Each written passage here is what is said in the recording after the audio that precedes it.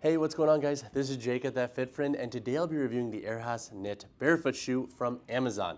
So, 3 things to like with this shoe. Number 1, you can't escape the price point. $40 I paid for this shoe, and I think if you are somebody who is brand new to barefoot shoes, or I think if you're somebody who doesn't want to pay for a Vivo barefoot model or some of the more expensive shoes out there, this can be a great entry model that's not going to break the bank, that does a pretty good job for the price point.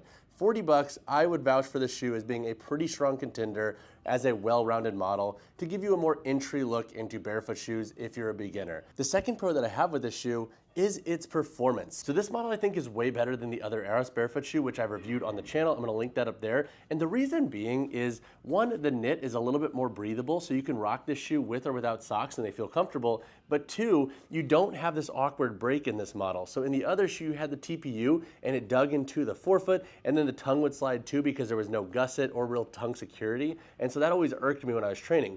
This shoe doesn't have any of those issues, and so if you're trying to buy a budget shoe for training and daily wear, I think this would be the move if you're looking at the 2 different AIRHAS styles on the market right now with the more low profile daily wear gym functionality. The third thing to like with this shoe, and this might be a little bit contrary, and I'm gonna talk about this in my cons, but it's not the widest barefoot shoe on the market. And the reason I see this as a decent thing is it can be a good knit option for narrower and medium width feet folks who want to get into barefoot shoes and might feel like the wider shoes out there are just a little bit too spacious. I know personally, I don't love when a shoe's toe box is so wide that I'm sliding around with training, especially with knit uppers. And because this shoe is a knit, you're going to have a little bit less upper security because that's pretty standard.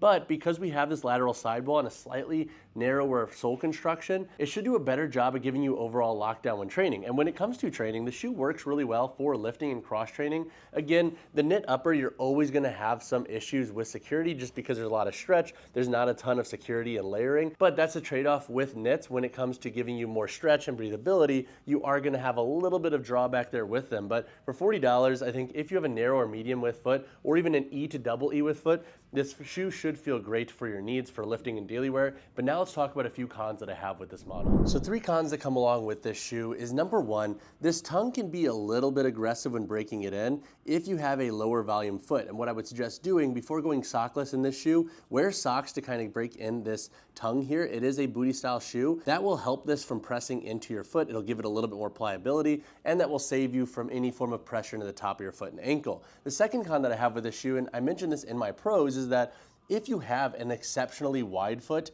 this is not going to likely be the best barefoot shoe for you. The shoe does have a pretty pointed toe box, and the sidewall here can feel pretty dang aggressive. And if you want more width throughout and you don't want to drop a ton of money on barefoot shoes, a couple of options that I would look into is, number 1, the Blanca Velocity. You can typically find them on sale. You can look into the Witten models that have a price point around $40 to $60.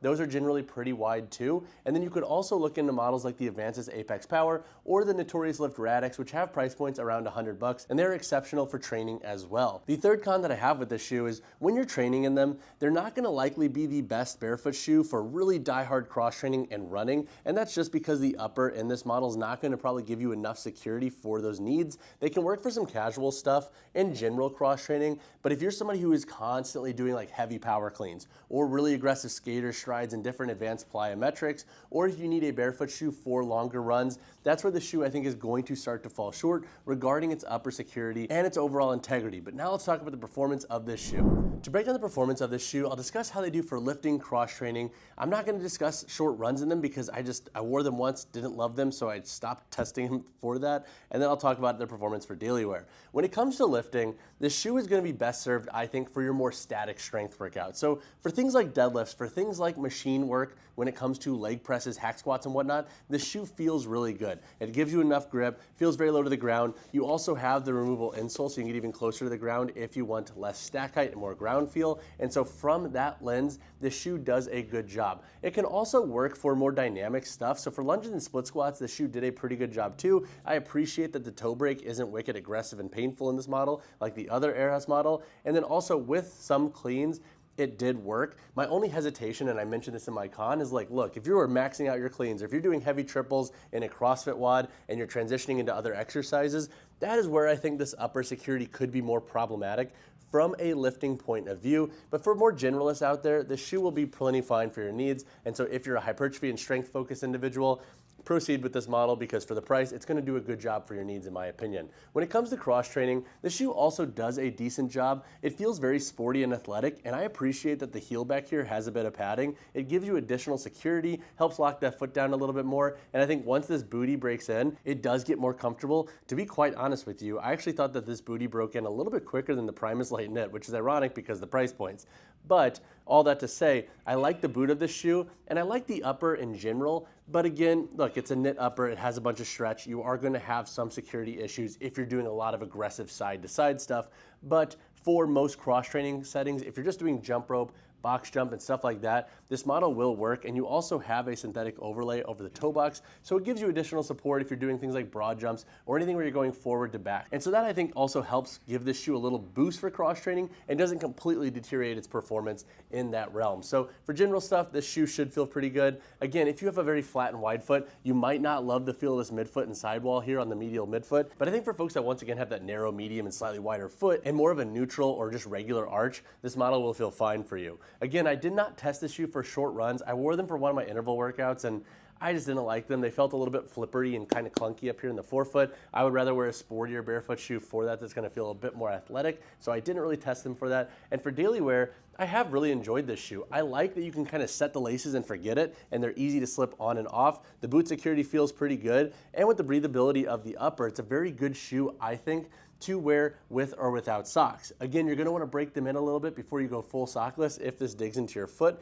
but it is a really good just casual barefoot shoe to kind of just slap on your foot, wear out and about, and not really worry about breaking it down super quick because, again, for 40 bucks, this can be a really good beater barefoot shoe in the sense of, you know, just absolutely abusing and not feeling guilty for your wallet. So when it comes to lifting in this shoe, I would give it an 8 out of 10, and that's only because the security of the shoe, it will start to fall short in certain contexts. For cross training, I'd give it a 7.5 out of 10, and for daily wear, I'd give this an 8.5 out of 10. When it comes to the price of the AIRHAS Knit Barefoot Shoe, you can expect to pay around $40. That, I think, is a very fair price point for what this shoe offers, as long as you keep in mind that it will have some limitation and it's not going to be the widest barefoot shoe on the market. I think that price point makes a lot of sense, and it's a really good entry beginner-friendly model. All right, so now let's answer the question, who should buy the AIRHAS Knit Barefoot Shoe? Number one, if you're somebody that likes to wear a barefoot shoe with and without socks, this can be a really great option to go with. I think it's going to work really great in warm settings too at that. So if you want that very breathable shoe that you can wear sockless, this can be a great option to go with the breathability of the knit upper. The second context where I think this shoe makes a lot of sense is for anybody that needs a barefoot shoe for strength and hypertrophy workouts and some cross training, but mostly daily wear too, this can be a great option to go with. And then number three, I think if you're somebody that's brand new to barefoot shoes, or if you have a slightly narrower foot width, this can be a great option to go with. It is a very good beginner-friendly model. It does have a removable insole that you can leave in. That's going to give you a little bit more cushion. And again, it's not so big to where I think you're going to be swimming in the shoe, even with that lack of knit upper security in certain contexts.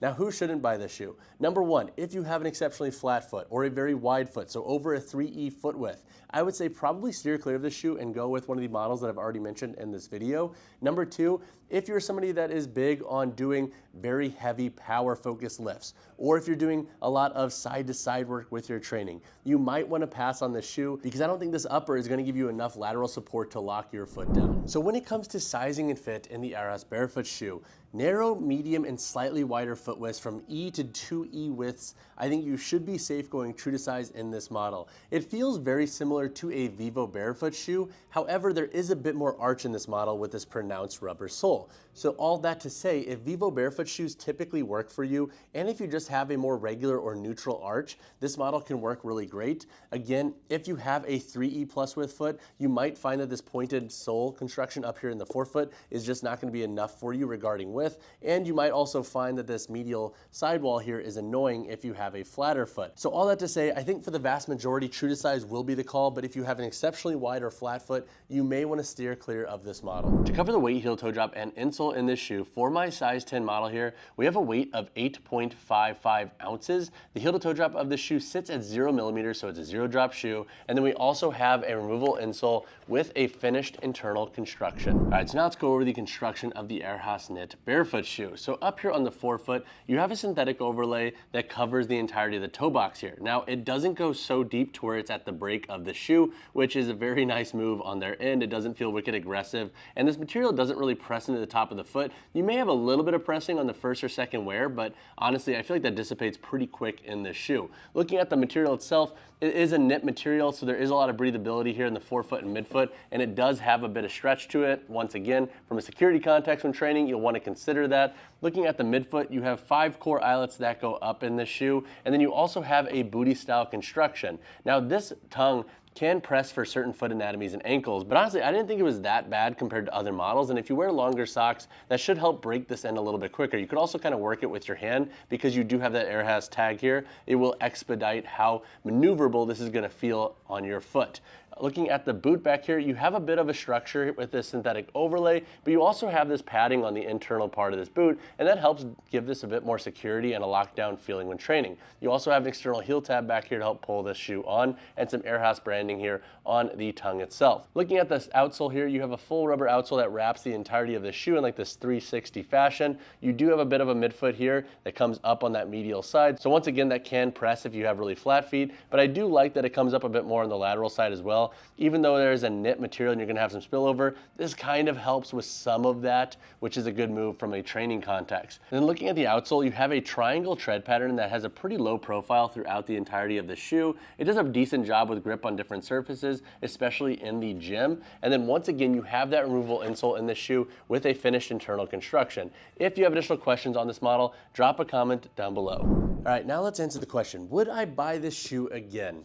I'm so on this model, and that's only because I do have other barefoot shoes that are a little bit more budget that I like a little bit more than this shoe from the appearance context, but also a performance context. But honestly, I think for $40, this can be a good pickup, and I would say proceed if you're thinking about one of the more budget-friendly barefoot shoes on Amazon for training and daily wear. This will be a better bet too if you're looking at the 2 AIRHAS models. The one that has a TPU, it's not as good of a performer. This is definitely gonna be the stronger bet of those shoes. But all that to say, if you have additional questions on this model, drop a comment down below or reach out to me personally, whichever you prefer. And as always, y'all, drop a like on the video, drop subscribe to the channel. I will see you guys in the next one.